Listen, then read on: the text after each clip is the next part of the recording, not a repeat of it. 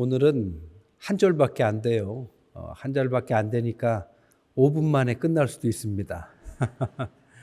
근데 5분 만에 끝날지 또 어떻게 될지는 모릅니다. 오늘 이제 삼갈이라는 사람의 이야기입니다. 그 전에 우리가 생각해야 될 것은 우리가 인사처럼 하나님은 우리를 사랑하신다는 것입니다. 사랑도 받아본 사람이 받습니다. 사랑을 많이 받은 사람들은 얼굴이 달라요. 하나님의 사랑을 많이 받으셔야 돼요. 그리고 받을 줄 알아야 됩니다. 하나님께서 우리를 사랑하시고 우리를 인정해 주시고 또 우리를 개발해 주시고 은혜 받게 하시고 그리고 쓰임 받게 하십니다. 이 모든 게 다 하나님께서 우리를 사랑하시기 때문에 그렇게 하신 줄 믿습니다. 그렇게 하기 위해서는 제일 먼저 우리가 하나님의 언약을 꽉 붙잡아야 됩니다. 교회 생활이 전부가 아닙니다. 성경의 약속을 꽉 붙잡고 그리고 나서 복음을 전하는 일에 앞장을 서야 됩니다. 이것을 전도라고 그러죠. 전도하지 않는 사람은 전도할 마음이 없어서 안 하는 겁니다. 몇 명을 했냐가 중요한 게 아니에요. 복음의 가치를 알면 전도하게 됩니다. 그리고 더 나아가서는 선교도 하게 되죠. 그리고 우리가 우리만 생각하는 것이 아니라 다음에 세워질 일꾼들을 위해서 기도해 줘야 돼요. 교회 내는 계속 새로운 일꾼들이 세워지고 또 함께 일을 하는 그러야만 교회가 부흥하고 건강한 교회가 되는 것이죠. 그러면서 하나님의 은혜가 우리가 다음 때, 천대까지도 흘러간다라는 믿음 속에서 살아가야 됩니다. 그래서 축복의 소낙비를 받는 교회가 돼야 되는 거죠. 한마디로 말해서 우리 교회는 세계를 복음화하는 하나님의 약속을 지켜가고 믿어가고 그 속에서 준비해가고 애쓰는 교회가 돼야 될 줄 믿습니다. 교회가 이 약속을 바라보면서 가는 것과 그렇지 않은 건 차이가 많다고 그랬어요. 목표가 있어야 달라지죠. 택시 보세요. 손님을 태우면 아주 쏜살같이 달려가지만 손님이 없으면 기웃기웃합니다. 왜? 손님을 태우려고요. 손님을 태운 택시는 목적지가 결정되기 때문에 뒤도 안 돌아보고 막 앞으로 가는 것처럼 하나님의 약속을 발견해야만 그 교회와 성도와 가정이 앞으로 갈 수 있는 것입니다. 우리 교회가 그것을 위해서 모든 것을 맞추는 겁니다. 그것을 위해서 애쓰고 그것을 위해서 훈련받고 그것을 하기 위해서 사람을 세우고 그것을 위해서 다음 세대 아이들에게 비전을 심어주고 그리고 가르치는 것이죠. 지난주는 그 대표적인 사람 중에 하나인 에훗이라는 사람을 배웠습니다. 에훗의 특징은 두 가지였다고 그랬어요. 하나는 배경이 없는 베냐민 지파였다. 하나님께서 쓰시는 사람은 배경이 없어도 된다고 그랬습니다. 있으면 더 좋겠죠. 없어도 된다. 왜? 하나님이 계시니까. 또 하나, 에훗은 왼손잡이, 장애가 있었다. 이것은 뭘 말하는 겁니까? 허물투성인 사람도 하나님께서 귀하게 쓰실 수 있다. 이것을 에훗을 통해서 배웠다는 겁니다. 여러분, 하나님은 모두에게 큰 계획을 갖고 계십니다. 하나님은 달란트를 각자에게 맞게 주셨습니다. 하나님의 계획 속에서 계획을 발견하면 돼요. 자기의 단점이 하나님의 장점으로, 하나님께서 쓰시는 장점으로 바꾼 사람이 에훗이었다. 그런데 그 단점을 단점으로서 생각하지 않고 하나님께서 쓰실 만한 장점으로서 장애를 오히려 상대를 방심시켜서 적을 못 지르는 데 사용했던 에훗과 같이 하나님은 우리의 문제나 어려움도 마음껏 쓰셔서 일하시는 분이다. 단 전제 조건은 뭐냐? 순종해야 된다는 것입니다. 부족해도 하나님 쓰실 수 있다. 하나님을 의지하면 하나님께서 나를 사용하신다라는 그런 전제 속에서 하나님께서 쓰시고자 하면 쓰실 수 있는 사람이 되어야 합니다. 여러분, 능력 있는 사람도 쓰시만 부족한 사람도 써요. 부족한 사람은 내가 생각할 때 가장 큰 문제라는 것을 통해서 오히려 쓰임도 받는다. 이게 하나님의 에훗을 통한 메시지였다라고 볼 수 있습니다. 성 프란체스코 수도원에서 수도사가 되기 위해서 2명의 농부가 왔다고 그래요. 그러니까 그 수도원에 있는 수도사가 당신들 농부인데 수도사가 정말 되고 싶으냐? 되고 싶다고 하니까 그럼 시험을 했습니다. 하면서 배추를 심어라. 심는데 땅에 거꾸로 심어라라고 문제를 냈다고 그래요. 잎사귀는 땅에 넣고 뿌리는 하늘을 향해서 심어라. 그랬더니 2사람 중에 한 사람은 아이고 저기 수도사님은 농사를 안 져봐서 모르네 하고 똑바로 심었대요. 또 하나는 아유 뭘 몰라도 시키니까 그냥 해야 되겠다. 뭐라고 했을까요? 누구를 썼을까요? 수도사가 와서 첫째 사람에게는 당신은 순종을 할 줄 모르는구나. 내가 여기서 쓸 사람은 농부가 아니라 수도사다. 수도사는 순종할 수 있어야 된다. 그래서 2번째 사람을 수도사로 썼다고 합니다. 하나님의 일은 순종할 줄 알아야 됩니다. 사람이 훌륭할수록 순종을 잘 못해요. 사람이 대단할수록 순종이란 것하고 멀어집니다. 그래서 자기를 돌아보는 신앙, 겸손이 필요한 것이죠. 저는요, 요즘도 그렇고 과거도 그렇고 항상 저를 돌아보려고 노력해요. 그래서 바꿀 게 있으면 바꿔야 되겠다. 이런 부분에 있으면 고쳐야 될 것 같으면 내 한계를 벗어나서 고쳐야 될 부분이 있는가 철저하게 저를 돌아보고 애를 씁니다. 갱신이죠. 왜냐? 하나님께서 쓰실 만한 사람이 돼야 되기 때문입니다. 성경의 사도행전에 보면 여러 교회들이 나와요. 예루살렘 교회도 나오고 그리고 안디옥 교회도 나오고 마게도냐 교회도 나오고 로마 교회도 나옵니다. 하나님께서 이 교회들을 통해서 그 당시에 세계를 복음화하셨는데 예루살렘 교회는 초대교회에 금방 부흥한 수천 명의 교회였는데 이 교회의 한계는 뭐였느냐? 민족주의였습니다. 유대인을 벗어나면 큰일 나는 줄 알았어요. 이게 예루살렘 교회의 한계였습니다. 그래서 안디옥 교회를 쓰시죠. 근데 안디옥 교회는 한계가 뭐였느냐?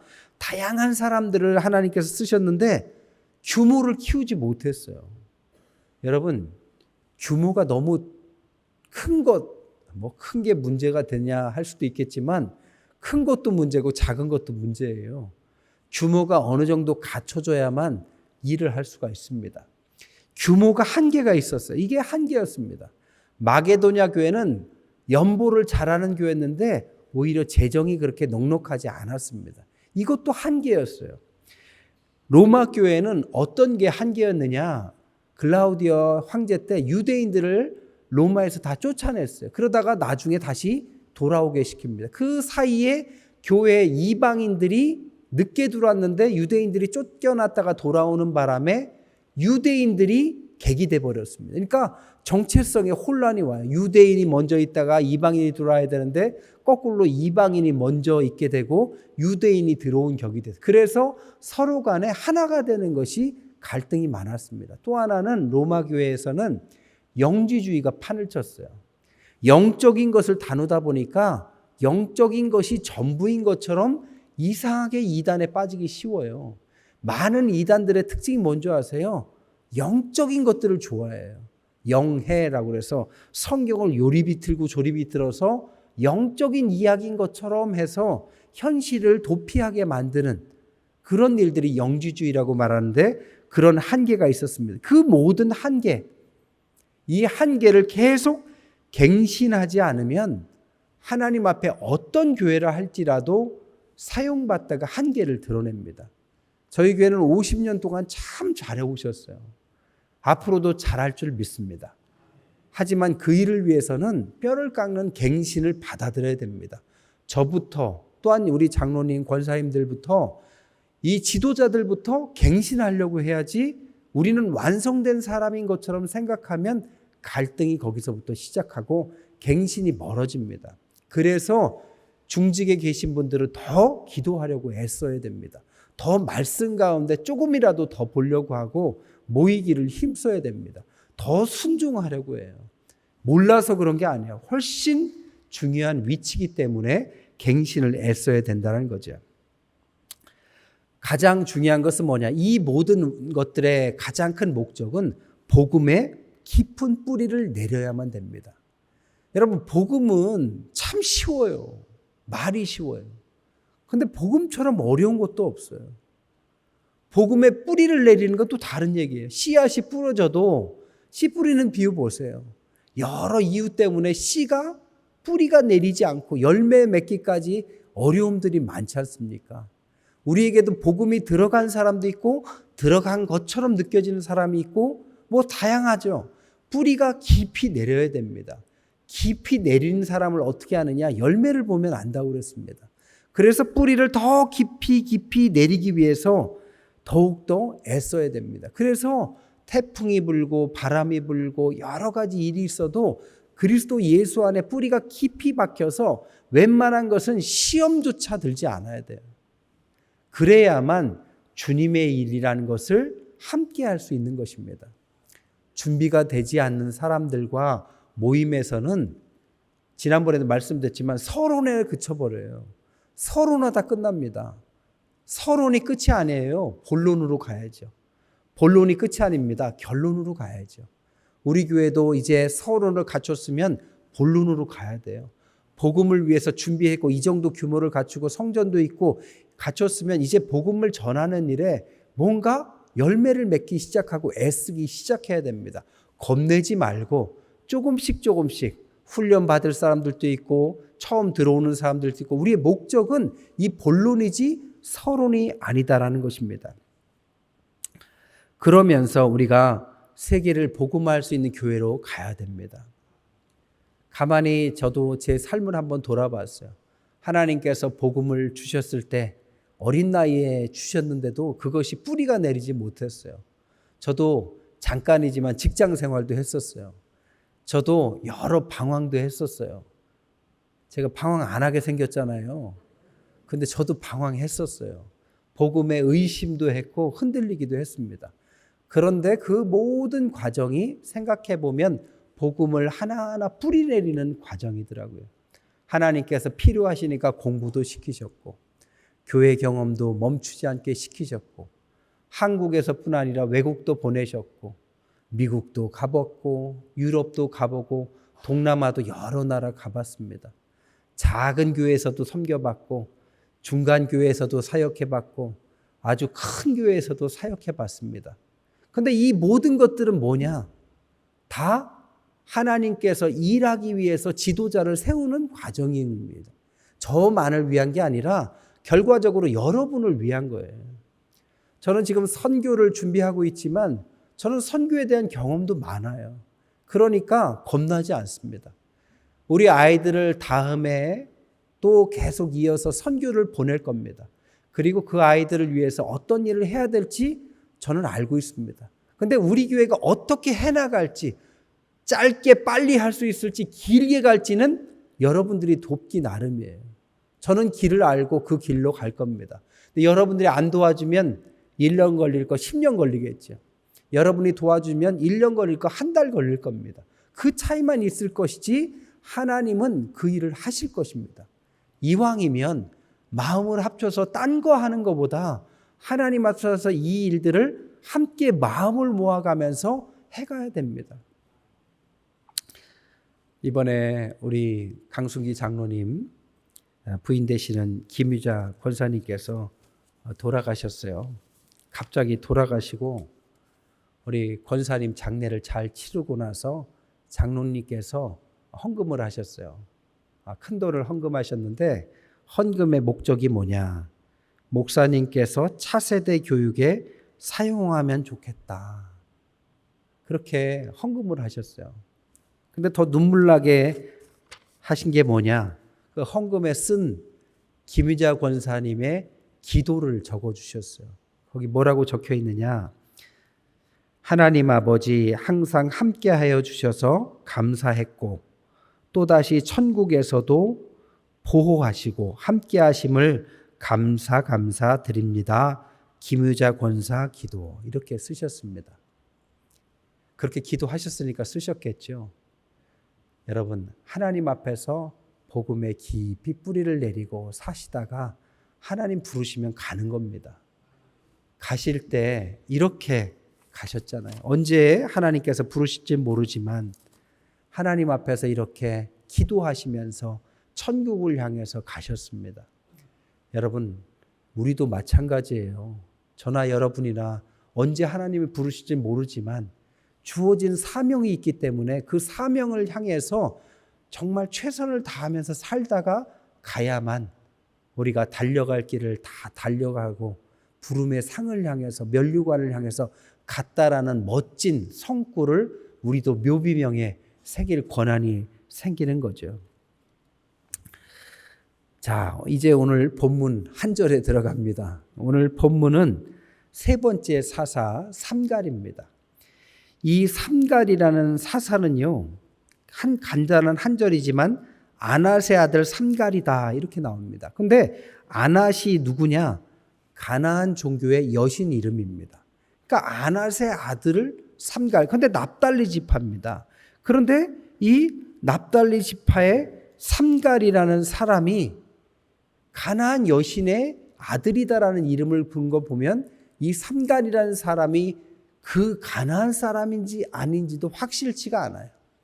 우리가 그냥 신앙적으로 바라보자면 하나님께서 하나님의 사람을 어디든지 돌들을 통해서 일하시듯 이방인을 통해서도 그 민족을 구원해 내실 수 있다라는 사실을 가르쳐 주신 것 아닐까 싶습니다. 근데 그 사람이 블레셋 사람 600명을 죽였대요. 삼손이 1000명을 죽이잖아요. 그러니까 600명을 죽였다라는 것은 삼손의 버금가는 대단한 사람이었다. 근데 중요한 것은 이 단어입니다. 소모는 막대기. 그러니까 삼갈의 특징, 소모는 막대기. 이 소모는 막대기가 중요해요. 이 소모는 막대기는 말마드라는 단어를 씁니다. 이 말마드라는 단어는 구약 성경에 단 한 번 여기만 나오는 단어예요. 근데 이 말마드라는 뜻이 막대기라는 뜻인데 말마드의 시작이 어디서 유래됐는가 찾아보면 라마드에서 유래했을 것이다 생각합니다. 근데 라마드의 뜻이 뭐냐? 배우다, 가르치다, 지팡이 이런 뜻을 갖고 있어요. 그러니까 지팡이에서 막대기가 나왔어요. 어디서 많이 들었던 단어 아니에요? 시편 몇 편? 23편에 주님의 막대기와 지팡이가 나를 안위하셨다. 지팡이가 뜻하는 건 뭘까요? 가르치는 걸 말하고, 막대기가 뜻하는 것은 나를 보호하는 걸 뜻하죠. 말 그대로 이 삼갈에게 이 막대기는 가르침, 주님의 가르침에서 왔다 이렇게 말할 수 있는 것입니다. 여러분, 여름 성경학교가 시작하지만 작년에도 말씀드렸어요. 우리가 여름 된다고 그냥 경험적으로 하는 게 아니에요. 순례적으로 관성적으로 올해도 하나보다 절대 그렇게 생각하면 안 됩니다. 가르침이라는 것은 다음을 예약하는 겁니다. 내가 어떤 사람을 가르쳐 놓느냐가 미래가 바뀌는 거죠. 내 자녀를 왜 잘 가르치려고 할까요? 우리 가문이 그 사람에 달려있는 거죠. 우리 교회는 우리 아이들에게 미래가 달려있는 거죠. 그러니까 다음 세대가 중요한 겁니다. 오히려 건물이 중요하냐 아이가 중요하냐 하면 아이가 중요할 수 있어요. 어디 보면 또 그런 경험이 있느냐? 이스라엘 보면 알 수 있습니다. 이스라엘에 아주 유명한 랍비 중에 하나가 요하난 벤 자카이라는 랍비가 있었습니다. 그런데 이스라엘을 보니까 성전에만 아주 너무 집중을 해요. 근데 나라가 망하게 생겼어요. 많은 사람들이 이 성전에만 목을 메고 성전을 지키는 데만 모든 에너지를 쓸 때 이 벤 자카이라는 랍비는 이렇게 생각했어요. 나라가 망해도 성전이 없어져도 다음 세대를 생각해야 되는구나 해서 그 당시에 베스파시안 장군, 나중에 왕이 되는데 이 베스파시안 장군을 찾아갑니다. 그래서 당신이 나중에 이 나라의 왕이 될 것이다. 그렇게 예언해 줍니다. 만약에 내 예언이 맞는다면 내 소원 하나만 들어달라. 소원이 뭐냐 하니까 그때 말하기를 우리 다음 세대들을 위해서 회당을 만드는 것을 허락해달라. 성전 시대입니다. 회당을 만드는 걸 허락해달라고 말해요. 그리고 나서 실제적으로 성전도 사라지고 왕이 됩니다. 그리고 나서 회당이 시작돼요. 이 시나고그의 역사가 여기서부터 시작됩니다. 여러분, 회당은 오늘날과 같은 단순한 교회가 아닙니다. 이 회당은 랍비들이 운영을 하는데 랍비들은 성직자의 개념보다 조금 달라요. 랍비들이 하는 것은 일단 지식과 학식이 있어서 그 지역사회 모든 유대인들을 책임지는 단체예요. 그리고 거기에서 분쟁이 생기면 유대인들끼리의 분쟁을 이렇게 관할하는 재판관 역할을 합니다. 그리고 문제가 있으면 랍비를 찾아와서 앞으로 미래에 대해서 상담을 받아요. 그러니까 상담가의 역할을 합니다. 또한 랍비들은요, 유대인들의 그 잘 나가는 사람들, 어려운 사람들 잘 네트워킹 시켜서 성공시키는 네트워킹도 회당에서 일어난다고 그래요. 그리고 가장 중요한 게 성경과 율법, 토라와 탈무드를 가르치는 일을 해요. 그래서 다른 종교에서는 옛날 카톨릭 같은 기독교에서도 어린아이들에게 복음을 잘 가르치지 않았어요. 그런데 유대인들은 13세부터는 문맹이 없었습니다. 다 가르쳐서 지혜롭게 아이들을 가르친 원천이 이 회당이었다는 겁니다. 그럼 이 회당의 의미가 뭘까요? 다음 세대를 준비시키는 거예요. 그냥 말이 좋아서 다음 세대가 아니라 잘 준비시키는 겁니다. 그래서 오늘날 유대인들 보세요. 어딜 가나 유대인들이잖아요. 뭐 대단한 사람들 알고 보면 유대인이잖아요. 이 유대인이 숫자가 많아서 그런 게 아니라 이런 배경 속에서 잘 학식이 갖춰진 그런 공간과 그런 사람들에 의해서 어려서부터 잘 교육받았기 때문에 다음 세대가 준비되는 거죠. 이 소모는 막대기로 적들을 물리쳐라는 것은 무기만을 생각하는 것이 아니라 가르침의 의미가 더 크다라는 것입니다. 이 가르침을 통해서 다음 세대들을 하나하나 가르쳤어요. 그래서 그 아이들에게 언약도 전달하고 지식도 전달합니다. 여러분, 아이들을 애 취급하지 마세요. 아이들을 어리다고 무시하지 마세요. 아이들을 어리지만 그 아이들을 실수와 또 여러 가지 어른의 기준에 볼 때 뭐 문제가 있을 수 있지만 그래도 그 아이들을 훌륭하게 대우해 줘야 합니다. 그래야만 훌륭하게 커요. 아이들을 그냥 막 혼내면서 윽박질러야만 교육시킨다라고 생각하지 마세요. 그러면 많은 게 제한을 받습니다. 교육은 하지만 아이들을 무시하지 말고 인격적으로 잘 가르쳐줘야 되고, 여름 성경학교도 옛날과 같이 그냥 간단하게 생각하지 말고 다방면으로 생각하고요. 또 생각하고 또 생각해서 다음 세대들에게 걸맞는 교육을 시켜야 됩니다. 여러 번 얘기했지만 우리도 체육관도 왜 이렇게 뭐 벽에다 뭐 클라이밍도 붙이고 그럽니까? 저거 싼 거 아니에요. 수백만 원짜리예요, 저거. 그런데 그것을 하는 이유는 그래도 아이들의 문화에 맞는 것들을 더 해주고 싶어서 그런 거예요. 저는요, 지금도 유명한 사람들 막 섭외해 놓고 다닙니다. 그래서 또 미래 세대에 특강을 준비하고 있고 유명한 사람들 통해서 아이들에게 신앙과 실력을 다 가르치기를 전 원해요. 그 아이들이 어려서부터 그것이 아주 그냥 가랑비에 옷 젖듯이 계속 받고 교육받고 그래야만 주님께서 귀하게 자라게 만들었던 아이들이 신앙 가운데 자라서 우리보다 더 나은 신앙의 배경으로 잘 자랄 수 있는 거죠. 사도 바울 하나를 부모가 어떻게 교육했습니까? 로마 시민권에 가마리엘 문화에서 뭐 여러 나라의 언어와 철학까지 잘 가르쳐 놓으니 그가 하나님을 제대로 알자 이 성경도 쓰고 세계를 돌아다니면서 얼마나 많은 일을 합니까?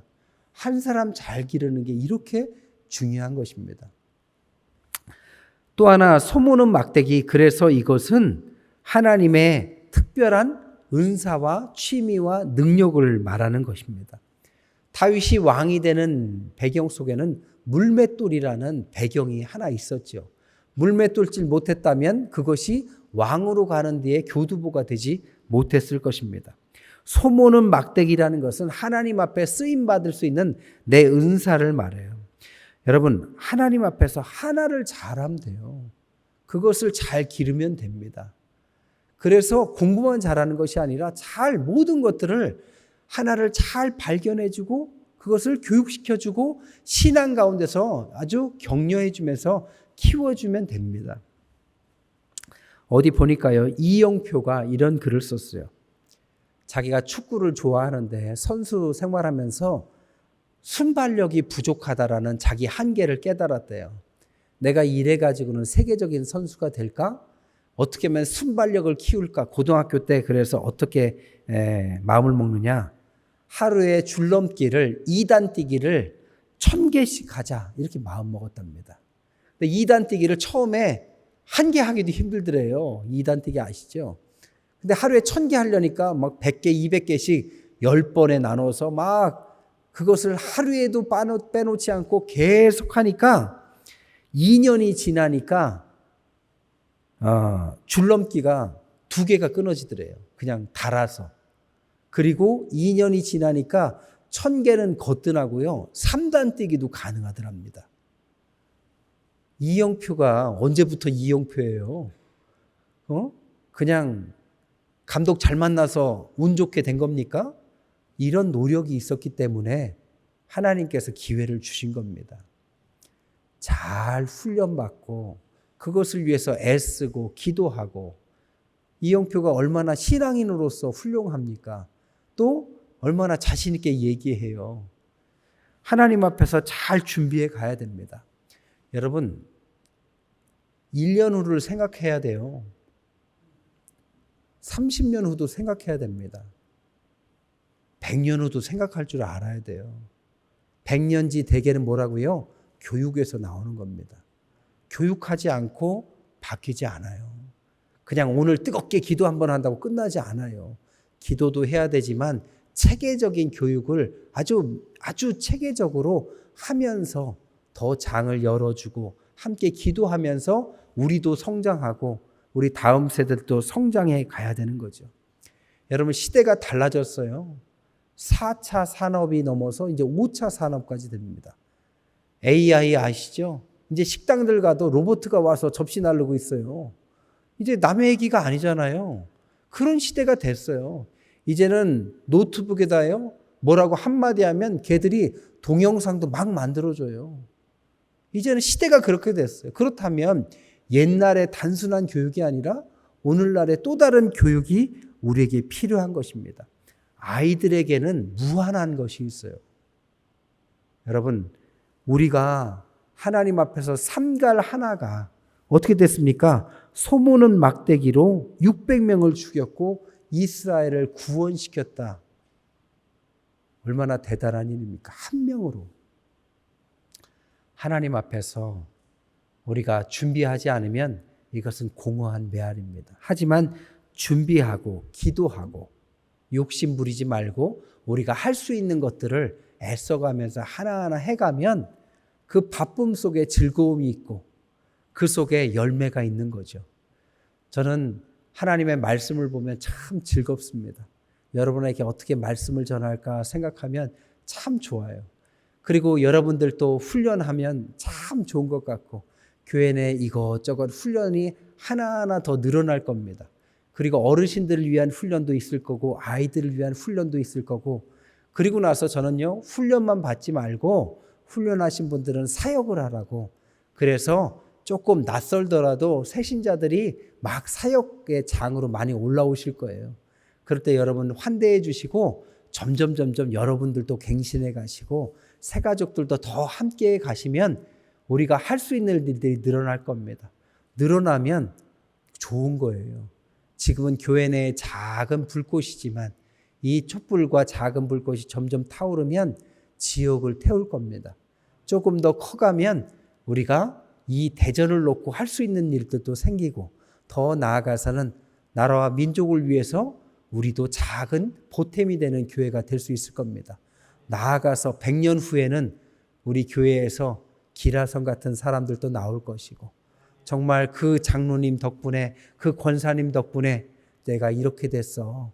그 집사님이 나를 품고 교사로서 나를 그렇게 안아주면서 기도해줬고 여름 성경학교 때 그렇게 도망다녀도 쫓아다니면서 가르쳐줘서 내가 이렇게 됐어 하는 세계적인 인물도 나올 줄 믿습니다. 100년을 생각하면서 오늘을 즐기시는 저와 여러분 되시기를 주님의 이름으로 간절히 축원드립니다.